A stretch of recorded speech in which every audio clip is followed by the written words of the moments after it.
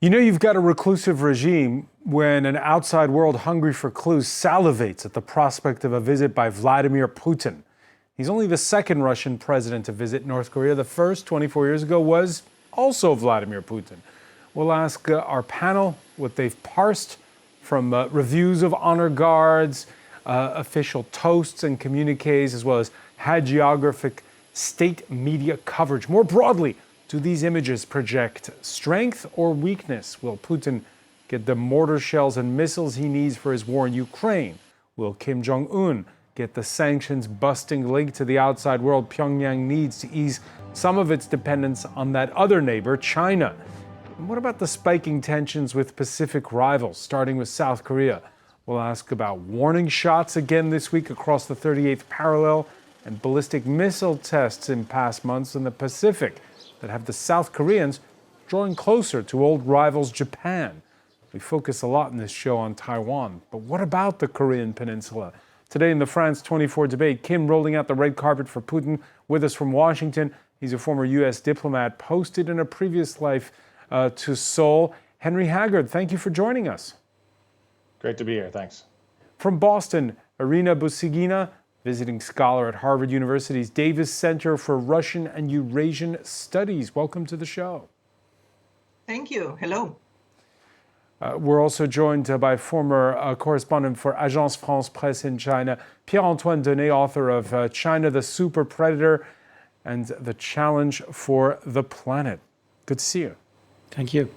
The France 24 debate, where you can react on the hashtag F24debate. There's nothing wrong with your screen. We're still in 2024.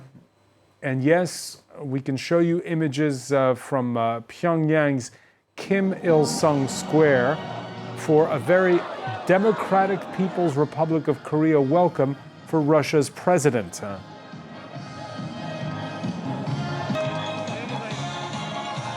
Tom Canetti has more on what's been a state visit day.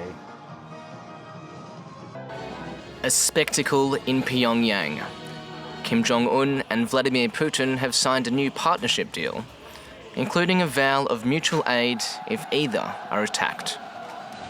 The government of the Democratic People's Republic of Korea appreciates the role and mission the powerful Russian Federation serves in maintaining the world's strategic stability and balance, and we express our full support for the Russian government's special military operation in Ukraine to protect its sovereignty, interests, and the stability of its territory.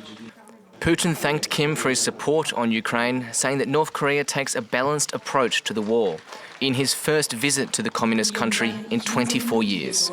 The Russian Federation does not rule out the development of military technical cooperation with the Democratic People's Republic of Korea in accordance with the document signed today. Putin's visit comes amid concerns from the West that North Korea will provide munitions to Russia to fuel its war in Ukraine. In exchange, Russia could be providing economic assistance and technology transfers that could enhance Pyongyang's nuclear program. North Korea is under heavy UN Security Council sanctions over its nuclear weapons program, while Russia is also under sanctions by the US and Western partners for its war in Ukraine. Henry Haggard, plenty of images sent through by state media from Russia, from North Korea this Wednesday. This is all, of course, carefully filtered, carefully staged. What do you read when you look at those images?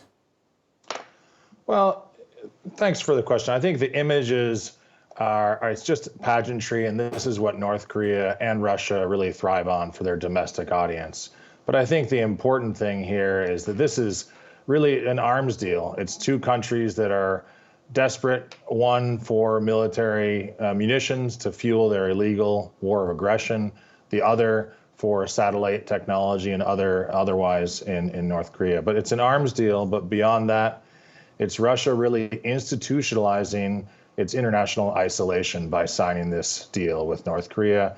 And it's North Korea is getting a lifeline out of complete isolation. So I think that's what the imagery is standard theater, but the meaning is an arms deal with really a start of a new structure for Northeast Asia.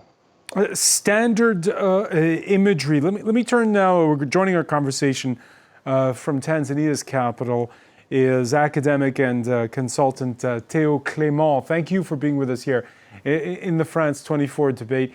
Every time there are these summits, every time we get images from North Korea, we're so drawn to them. We're trying to get clues as to what it's like there. Did you learn anything this Wednesday? No, but I'm trying to stay away from what I call the Pyongyangology, just like there was the Kremlinology back in the. So it's better not to look at the images.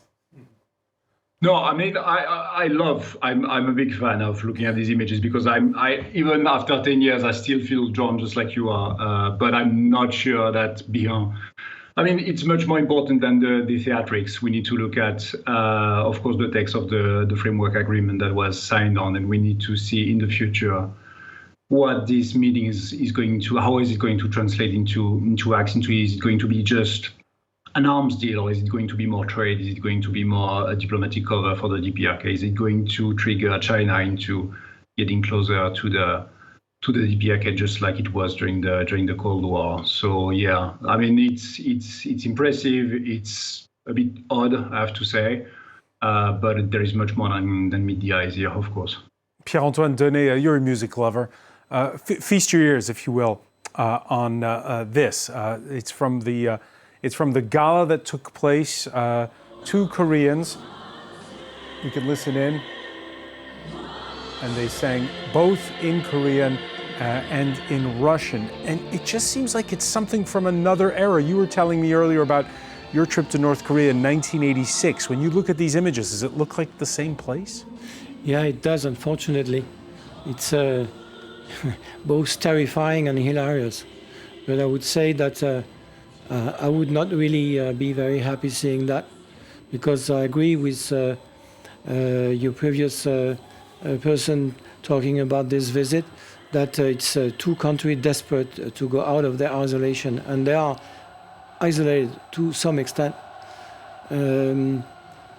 because there is a big difference now signing this agreement in the fact that previously both countries denied, one receiving arms from North Korea and the other one saying that they are not sending anything. Now it's public, they say yes, we will do that.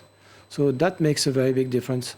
Let me ask you, Irina Busigina, these images, are they being broadcast a lot in Russia, or is this something that Russia keeps quiet?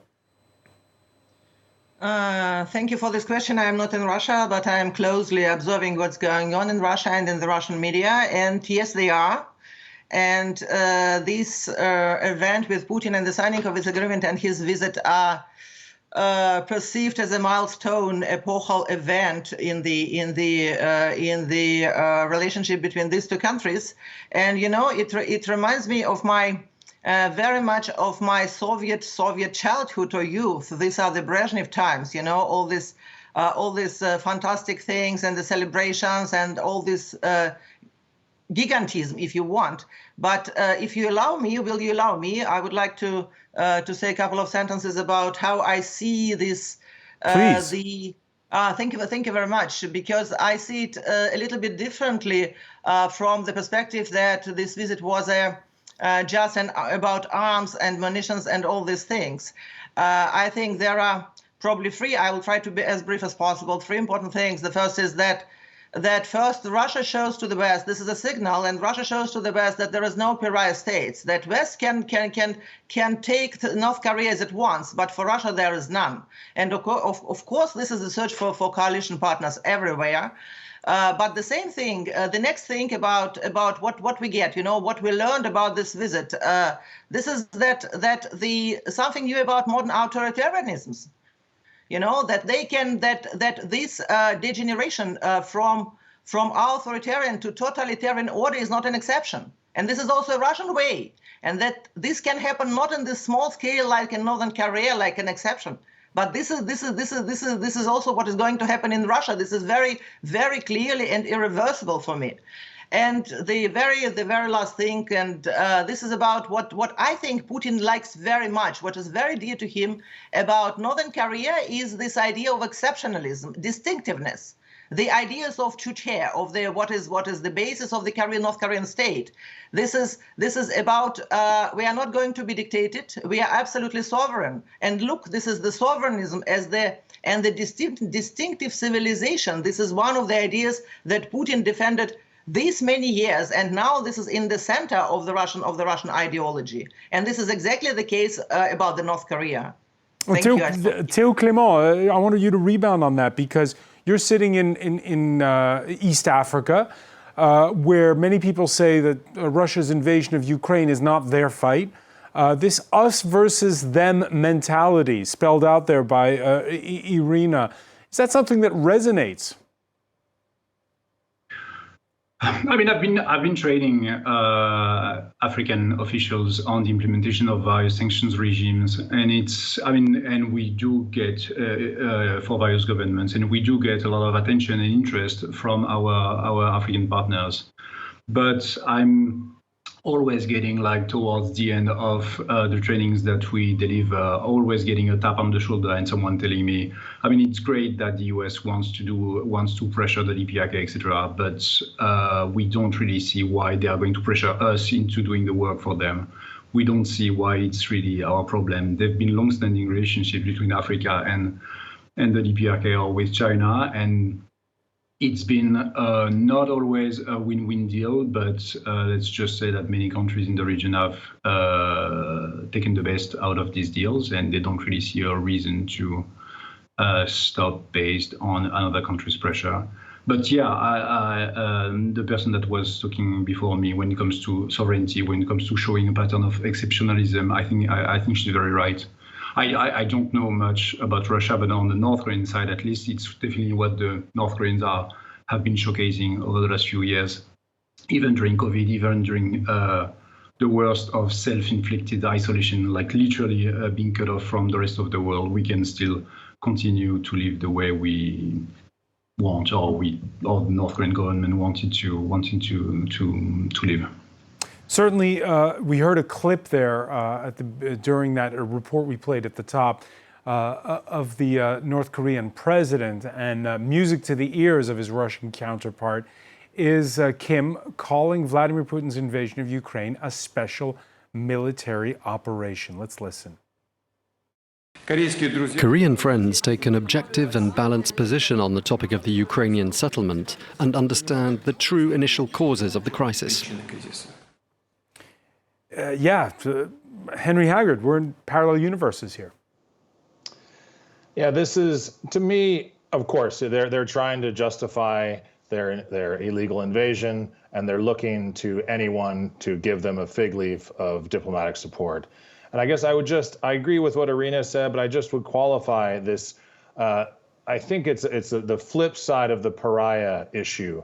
She suggested that Russia is showing they're not a pariah state, that they have these relations with others. I would suggest that actually it's them embracing their pariah status by formalizing a relationship with a known pariah state in North Korea. So I think this is really, Russia really must be getting a lot from North Korea. I mean, the reports suggest as much, but for them to really come down to the level of North Korea in this way suggests real desperation. Let me ask you about that, because you heard Pierre-Antoine Donnet saying that what had been denied earlier is no longer. In 2017, Russia among the Security Council members that imposed strict caps on North Korea's oil imports.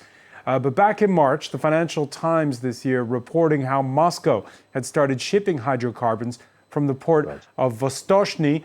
The paper at the time counted at least 5 tankers in what may be, and maybe you know more about this than I do, Henry Haggard, a straight-up oil for ammo barter deal. So, I mean, it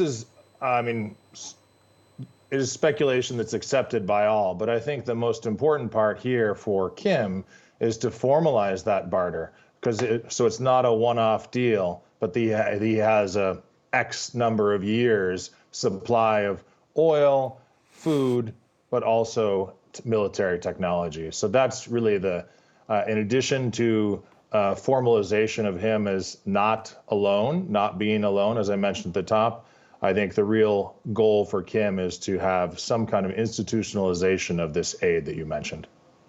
Irina Busigina, what does that say about Vladimir Putin's campaign in Ukraine? You mean his visit to North Korea now, right? Yes. Yes. So I think this is what you mentioned. This is this thing about special military operation. And this is for Putin is very important that this thing also in Northern Korea and elsewhere where Putin can get it is labeled as special military operation, and this is what he likes to. He has these stereotypes of how he puts things, and in Russian is sbalansirованный подход. This is what was mentioned now. Balanced approach. Balanced approach means that they support this special military operation status. But what does it mean? It means that this goes beyond the rules. It's not legal. It's special, and it should not be discussed because it's special military operation. So this is the endeavor of the state, which should not be any case discussed and criticized by the society. And this exactly this approach and this support he found in North Korea. And I would like to add to what Henry said. I very agree with him about this not to be a lone idea. And I also think so for Korea. North Korea is such a peculiar state. What would be North Korea without the support of China? How it could exist in a way? It's not to exist, but it does because of the other states, because of the external powers. And it was China previously, but it's also Russia now. So for North Korea, it's a fantastic deal, fantastic thing that Kim expands, this support, which was previously focused on China, and now it is not. And for its part, let's get China's reaction. Beijing, you could say, sticking to script, playing its cards close to its chest when the foreign ministry briefing reacted to Putin's state visit to North Korea. The DPRK and Russia, as friendly and close neighbors, naturally need exchanges and cooperation to develop their relationship. And the relevant high-level exchanges are bilateral arrangements between the two sovereign states. Pierre-Antoine Denet, very much reading the script, and not giving away much there. Exactly. So it shows the fact that China is a bit embarrassed. Embarrassed? Yeah. Because you see, this visit has several meanings. One is for Putin to show China that, of course, Russia needs China very much. But to some extent, DPRK shows that they have all other allies, including this pariah state. Because we've been, over the last 2 years, we've been saying just how much Vladimir Putin is beholden to Xi Jinping, how he can't do anything to make him cross. You're saying that he might be annoying him, or in this case? The thing is that, the CCP really detest people who are not previsible. Not predictable. Predictable, yeah. And actually, these two guys, both Kim Jong-un and also Putin, are actually unpredictable. And this is very much annoying. These two are also using nuclear threats, which is not very much the taste of the CCP. And if you look back on what China has said before, they expressed their opposition to these nuclear threats coming from Russia. And now you have these two people together. And you see what is public, but you don't see what has been discussed, and which is not going to be public. Yeah, because it was pretty vague, this idea of a strategic partnership. Yeah, and actually, you have two nuclear states. And if on the Russia side, Putin decides to help Korea in improving their nuclear arsenal, that would be very, very much dangerous, including for China. Théo Clément, the beginning of a beautiful friendship between North Korea and Russia. How does China react? Well, I mean, I honestly, I don't think it's the beginning of a beautiful friendship. There's been back and forth between the Soviet Union and the DPRK, and then Russia and the DPRK for quite some time. It's a purely opportunistic relationship, in my view. Opportunistic for Russia in many ways. For the DPRK, opportunistic in the sense that just like the DPRK's alliance pattern during the Cold War, it might be using this new hyped-up relationship with Russia to pressure Beijing into coming closer to the DPRK, because the relationship between China and the DPRK for the last 10 to 15 years, basically since Kim Jong-un came to power, has been strained, has been frustrating for both sides, and pressuring the Chinese by entering this new area of cooperation with Russia and pretending that Putin is Kim Jong-un's best friend, which was the word that was used during the press conference, is a bit of a tap on the shoulder. And is that Kim's calculus to try to get China's attention by cozying up to Russia, or is he switching allegiances? No, not switching. Like, the North Koreans have been very keen not to always fully align with the USSR, Russia, or China. They've always been switching back and forth as in order to maintain as much independence and sovereignty as possible. The thing is that when they were stuck in a one-way relationship with China, when Russia was basically looking elsewhere, it didn't lead to any improvements when it comes to economy, when it comes to the military of the DPRK. What I think they are trying to do now is to show the Chinese that they can live without them, and that if China doesn't react, North Korea is going to escape its sphere of influence, even though I don't really like the term. Théo, can you assuage Pierre-Antoine's fears that this could lead to Russia giving North Korea help with its nuclear program? Well, I mean, it's likely, honestly. That's definitely something that the DPRK will want. Among many other things, I don't want to overemphasize the nuclear aspect of things, but yeah, among many other patterns of military cooperation, economic cooperation, humanitarian support, investment in infrastructure, getting access to more advanced military technology and nuclear technology, ballistic technology is definitely something on Kim Jong-un's shopping list, I'm afraid. So listening to the rest of the panel here, Henry Haggard, is this just a transactional meeting, or is this a seismic shift? I do think this represents a real shift, because now North Korea, however the dynamic plays out with Beijing, as the panelists mentioned, they have a tight and close and long-time relationship with China. It might be that China holds their nose and gives support. As Pierre-Antoine mentioned, they are likely upset at any further provocations, especially in the nuclear realm.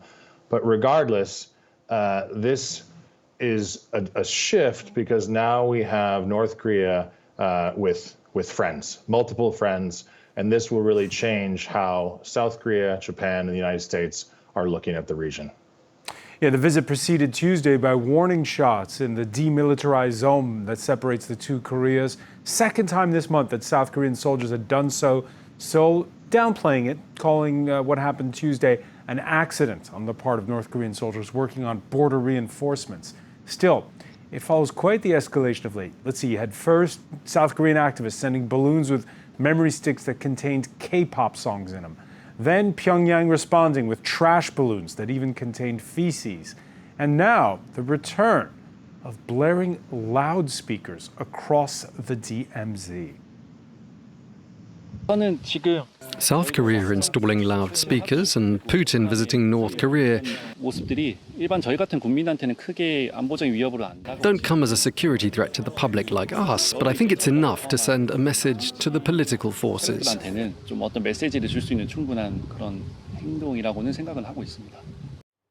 So let me ask you, Henry Haggard, how will South Korea react to all this? Well, I think that the gentleman just said it right. Does send a message to the political leadership. What it allows North Korea to do is to have a freer hand to be more provocative. Generally, historically, North Korea is doing what they can to boost their own domestic support, to show that they are standing up to the South Korea, to the United States. So having this safety blanket of Russia, of whatever arrangement they've signed with Russia, having their historic relationship with China, this is a lot of security for them that allows them to be more provocative, both in testing, but also in these other ways that we're starting to see now around the DMZ with balloons. I would expect to see a series of further provocations in coming weeks and months. Théo Clément, you agree? Yeah. I'm pretty much in line with this. I mean, we are back 10 years. When I started my doctoral dissertation on the DPRK, we were talking about we were seeing loudspeakers at the border. Sorry, at the DMZ, we were seeing this Christmas tree in the shape of a cross.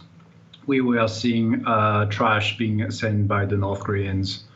And I mean, in a way, I'm kind of relieved that we are seeing these childish and harmless or almost harmless provocations so far.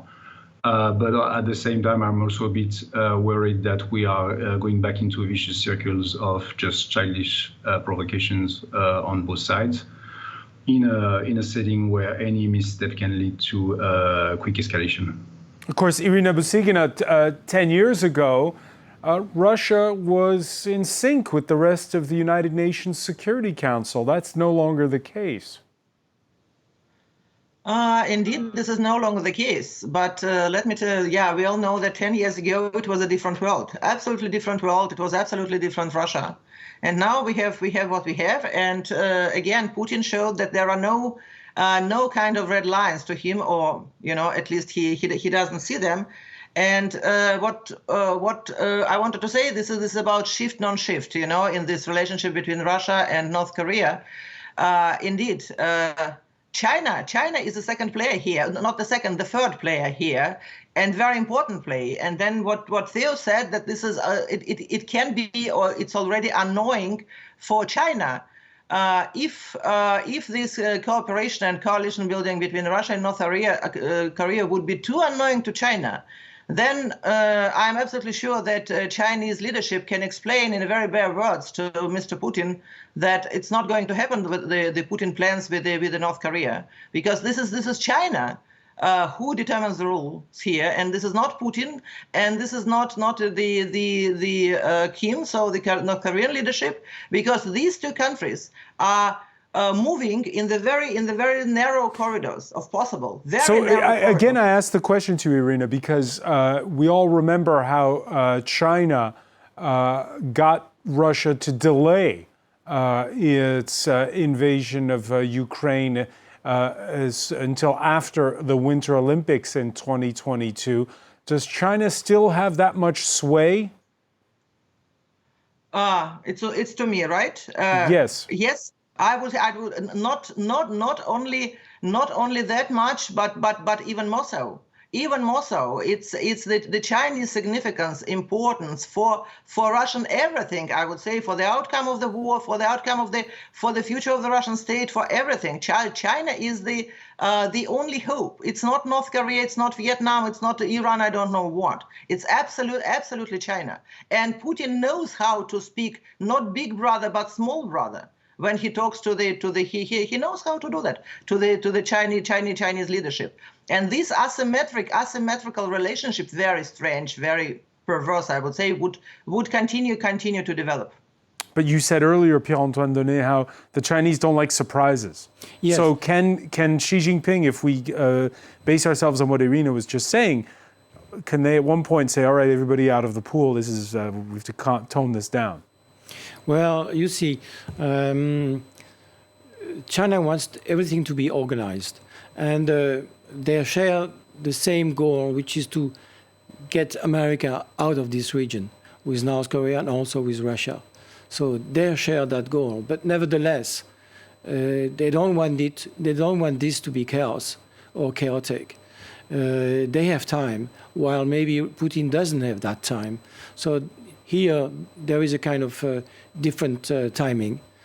For China, the main objective is November the 5th in the United States. They will wait for that to see if Trump is going to be elected or not. Before that, they are going to be cautious. They are going to tell Putin, don't go too far. You will not help us. You will not help our common objective.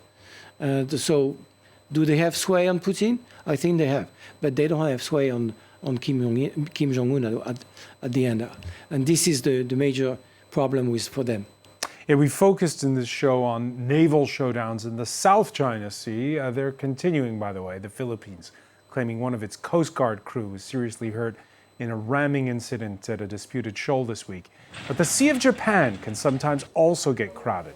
Moscow announcing the start this week of 12 days of naval drills, setting sail from the port of Vladivostok. Russia, by the way, and Japan still at odds over the Kuril Islands. There you see a map showing that, there's plenty of strategic points in the Pacific, not to mention all the U.S. troops that are still in South Korea. Henry Haggard, these naval exercises, is it just, again, a bit of pageantry? I mean, this is Russia's playbook. They're going to keep pushing. This is something we've seen over and over throughout the years. Exercises and pushing the envelope, both for China and Russia, is pretty standard. Happening at this moment, certainly not helpful. And I think it's important to just, I think it highlights the fact that Russia and North Korea are engaging in an arms deal to threaten the stability of the region, while the United States, South Korea, Japan, and other allies and partners are working together to ensure security and prosperity for the region. So it really underscores just the direction that Russia is taking. North Korea, it's pretty much expected, but Russia taking this really small ball approach, focused on Ukraine, it's really just shows that Russia is not a major player for the future. And I think it shows that countries like South Korea just can no longer rely on Russia as a reliable partner, because Russia is making this institutional choice to be isolated, to be partnered with a pariah. And are you surprised, as a former diplomat stationed in South Korea, at that rapprochement between South Korea and Japan? So the rapprochement it makes perfect sense.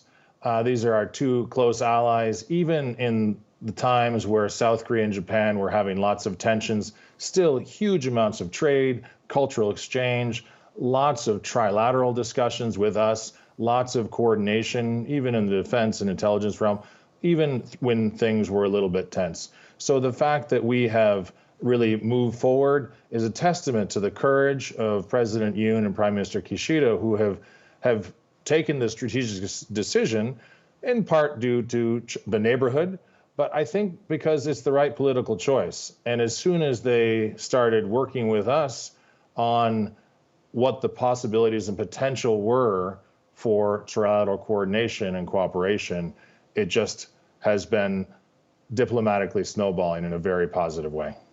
Théo Clément, do you agree with what you've heard in this discussion about how Russia and China can manage relations with one another, but North Korea is, whatever happens, a loose cannon? No, I don't think North Korea is a loose cannon. I don't think North Korea is unpredictable. I think North Korea is following its own, I mean, I don't like the term, but its own way of doing things. It's national interest. So how do you read, for instance, the fact that they've done these big ballistic missile tests with missiles flying over the island of Japan? Well, basically, if you look at the map, either you're shooting over South Korea, which the North Koreans consider to be their territory, Russia or China or Japan. So even with a very lopsided trajectory, basically you have to go over Japan. And not that it's a good choice in any way, but in the end, geography matters. All right, and while Pyongyang rolls up the red carpet after Vladimir Putin's departure, Hanoi getting ready to roll it out. The Russian president's next stop, Vietnam, which is a growing trade partner for the United States, but still is a soft spot for Moscow. Due to the current tensions in the world, Vietnam and Russia need to strengthen cooperation in the face of threats to the peace and security of Vietnam and Russia. I'm not sure if that's polite discourse or if that's what ordinary Vietnamese truly believe. Pierre-Antoine Denet, your thoughts on Vladimir Putin going next to Vietnam, which is becoming so crucial for trade for the United States? Yeah, but you see, on the Vietnam side, it's only natural diplomacy because their neighbor is China and they have been for hundreds of years enemies. So having Putin coming now after Biden, which also visited Hanoi not long ago, it's a way to show that they don't put their eggs in the same basket. So they only have benefits out of that. As for Putin, it's also a way to again tell Beijing, you see, we're not that alone with you. We have other cards in our game. Irina Busigina, you agree that this visit to Vietnam is more about China than the United States? I would agree that this visit to Vietnam is about Vietnam. Because in a way, this is what Henry said, that Russia, it was Putin's choice to be isolated. But this is absolutely not how Putin sees it. Absolutely not. He believes that Russia is a global player, and he tries to recruit these potential coalition partners as everywhere, as a global power everywhere in the world. And China had a special relationship, although within the Soviet with the Soviet Union, with its whole kind of anti-colonization past and so on and so forth. And this is already a cooperation in tourist areas, in energy. This is even more, the ideas about this cooperation. And what I can say that Vietnam is very much advertised in the Russian media, in the Russian sources. Go to Vietnam, fantastic country, so this is where you can spend, your vacation, everything, open a business, small business, all these things. So Vietnam is important as a Vietnam. Okay, sure, not only, but in the core, this is Vietnam as it is for Russia. Henry Haggard, are we paying too much attention to the North Korea leg and not enough to the Vietnam leg of this trip? No, I think this is right. Vietnam and the United States have a $130 billion trade relationship. We signed a comprehensive strategic partnership last year. Our relationship with Vietnam is strong and getting stronger. Russia going to Vietnam, as Irina said, Putin definitely is trying to continue with his global presence and global posture. Vietnam has a lot of history with Russia, so it makes sense to have a visit. But a diplomatic visit, is a lot different than a military arrangement or a treaty like Russia and North Korea are signing. It's a lot different than Russia going to an isolated state. So Russia visiting Vietnam, of course, the United States and I think allies and partners are not, if we're given a choice, which we're not, it's between these two countries, we would suggest not welcoming Putin. We would certainly hope that Vietnam does not support Russia's illegal and barbaric war of aggression in Ukraine. But ultimately, a visit by a Russian president to Vietnam is not terribly surprising. And I think in the trend of increasingly positive relations between the United States and Vietnam, and for that matter, between South Korea and Vietnam, I think this is not as much of concern or of note as the visit to North Korea, which I do think will change how Northeast Asia is organized. And again, Theo Clément, that brings us back to the perception of Vladimir Putin's visits to North Korea and to Vietnam. You just heard the other panelists talking about how Vietnam's a country that does a lot more trade with the United States, far more than it does with Russia. And yet, in the eyes of people where you are right now in Tanzania or elsewhere in East Africa, Vladimir Putin seems on par, a global player, right? It's a bit of a difficult question. I mean, he's definitely popular. Like Kim Jong-un is also becoming increasingly popular among the so-called Pan-African anti-imperialist crowd that we are seeing in Africa. How much these people do represent the average inhabitant of East, West, North Africa, I'm actually not quite sure. What's sure is that Vietnam is a much more important player than the DPRK ever is. We do tend to have this fixation on the DPRK because of the nuclear crisis, because of the division of the peninsula. But in the end, if we look at how much the visit of Putin is going to have a concrete impact, how much trade is going to be generated, how much defense partnership, tourism, blah, blah, blah, it's definitely going to be stronger on the Vietnam side rather than the relationship between Russia and the DPRK. So yeah, I'm actually quite inclined to believe that Putin visiting Hanoi, even though it's much less attractive, it's much less exciting, it's definitely going to have a much more important impact than Putin spending 24 hours in Pyongyang. Irina Boussichina, final word on this. When you look at this trip as a whole, when you look at the fact that Russia has had a few successes on the battlefield in Ukraine of late, which is feeling the strain, does Moscow have the momentum? Is Putin showing strength or weakness at this point? This is a good question. I'm not sure you can put it in this dichotomy, strength or weakness. This is very much, as Theo said, this is very much the question of time. You know, this is and this is also a matter of his self-perception.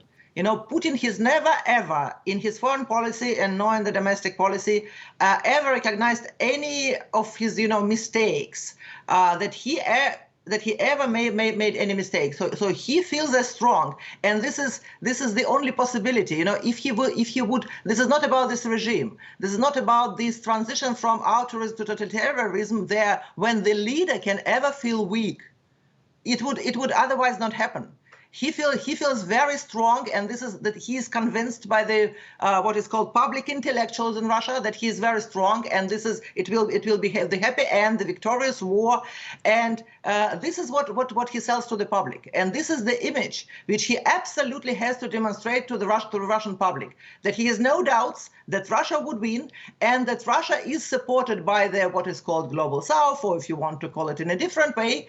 And the last thing, this visit to Vietnam, the people in Russia, they don't know about the relationship between the U.S. and the strong relationship U.S. and Vietnam, because the people in Russia know less and less what is going on in the West, less and less.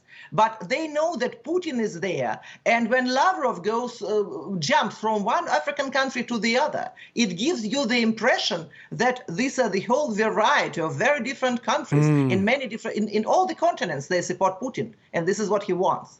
All right, the perception so important there. Irina Boussichina, I want to thank you so much for joining us from Boston. I want to thank Henry Haggard in Washington, Théo Clément in Dar es Salaam, Pierre-Antoine Donnet. Thank you for being with us here in the France 24 debate.